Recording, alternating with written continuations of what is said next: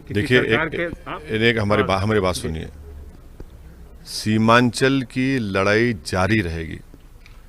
जो जिनको वोट डालकर जनता ने एक एक नहीं 6-6 मर्तबा जिताया था, जो विधानसभा में जाकर गूंगे और अंधे बन जाते थे, अब वो गूंगे और अंधे बनने का ज़माना चला गया।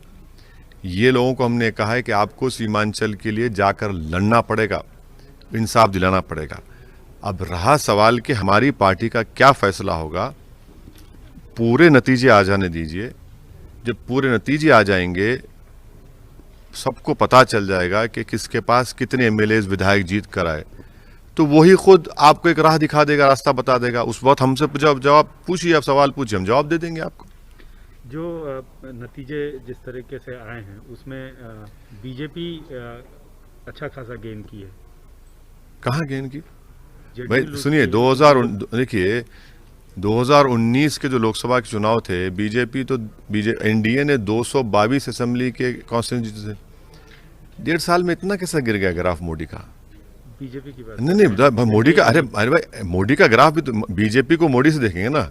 बीजेपी के पास मोदी से हट के कौन है? इतना ग्राफ गिर जाता है 1.5 साल में। तो ये वहां पर जो इकोनॉमिक डिस्ट्रेस है ना, वो हम कहीं पर नहीं देखे। आप चले जाइए और जाकर पूछिए कि भैया, आप गांव में जाकर पूछिए कि तुमने 500 का नोट कब देखा था, वो बोलेगा 2 महीने पहले देखे थे। शराब आम मिल रही थी वहां पर। इतना लॉकडाउन के बाद इतना इकोनॉमिक डिस्ट्रेस पूरे देश में और खासतौर से बिहार में रोल है इतना ज्यादा है कि आप इमेजिन भी नहीं कर सकते। लेकिन आप बार बार वही कह रहे हैं कि पार्टी तय करेगी, लेकिन अगर ऐसे हालात बने कि आरजेडी को आपको सपोर्ट करना पड़े सीमांचल के विकास के नाम पे कॉमन मिनिमम प्रोग्राम के मद्देनजर, तो आप उसको आगे बढ़ेंगे? सीमांचल के इंसाफ की लड़ाई तो हर हाल में जारी रहेगी। इसीलिए हमने पार्लियामेंट में भी आर्टिकल 371 के तहत एक प्राइवेट मेंबर्स बिल भी डाला था कि रीजनल डेवलपमेंट काउंसिल वहाँ पर बने। तो जब नंबर्स फाइनल आ जाएंगे, आपको पता चल जाएगा। मगर हमारे पार्टी के ऑब्जर्वर जनाब माजिद हुसैन ने साफ तौर पर मीडिया को एक स्टेटमेंट कहा है कि हमारी पार्टी जो सही सेकुलरिज्म है उसके बारे में कोई कॉम्प्रोमाइज़ नहीं करेगी। तो सवाल ही पता नहीं होता सेकुलरिज्म पे कॉम्प्रोमाइज़ करने का। सेकुलरिज्म की बात आरजेडी भी करती आई है, कांग्रेस भी करती आई है, जो महागठबंधन है वो करते आया है। तो फिर से मैं वही सवाल पूछ रहा हूँ कि क्या ऐसे हालात बने कि आपको सीमांचल के विकास के नाम पे अगर एक मिनट रुक जाइए। बिहार की जनता का फैसला जब फाइनल टैली आ जाएगी, सबको मालूम हो जाएगा। उसके बाद हमसे सवाल करिए, हम जवाब देंगे। आप कभी कैसा बताएंगे हम आपको क्या नंबर किसके पास आता है? हमको तो नहीं मालूम। हमारे 5 हम जीत गए, हमको मालूम। अभी भी लोग कह रहे हैं कि अभी 40-50 लाख वोट की गिनती बाकी है। अभी 18 असेंबली सीट की काउंटिंग चल रही है। तो पूरा नतीजा जान दीजिए, जो आज रात में आ जाएगा फिर बताएंगे आपको। अच्छा, इन 5 सीटों की जीत से आप उत्साहित हैं?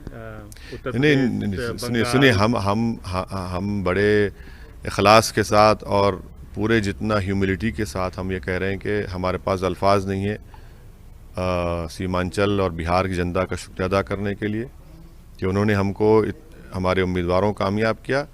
अख्तर ईमान साहब की क़यादत में माजिद हुसैन, इन सब ने बड़ी मेहनत की और यकीनन हमको साथ ही साथ कुशवाहा साहब, बीएसपी, राजभर साहब, देवेंद्र यादव साहब, हम लोग सब साथ में थे, तो क्रेडिट इनको भी जाता है। मुख्तलिफ सूबों में चुनाव लड़ने की इस जीत के बाद हाँ, लड़ना तो है ना, लड़ना तो पड़ेगा। लड़ेंगे, बंगाल लड़ेंगे।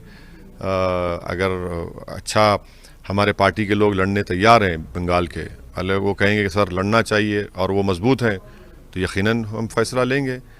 यूपी तो लड़ेंगे 22 में, उसमें कोई पीछे हटने का सवाल ही नहीं है। लड़ेंगे। महाराष्ट्र में भी तो है, हमारा ऑर्गेनाइजेशन अच्छा काम कर रहे हैं, तो लड़ना ज़रूरी है। देखिए, पॉलिटिकल पार्टी नहीं लड़ेगी तो क्या करेगी पॉलिटिकल पार्टी?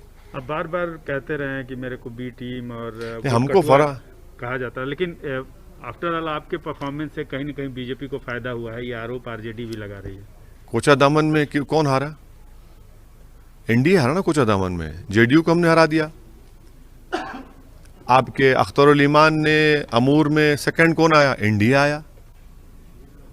अब ये कोई देखता ही नहीं है। किशनगंज की हम सीट क्यों हारे, इसका भी देख लीजिए जवाब आप।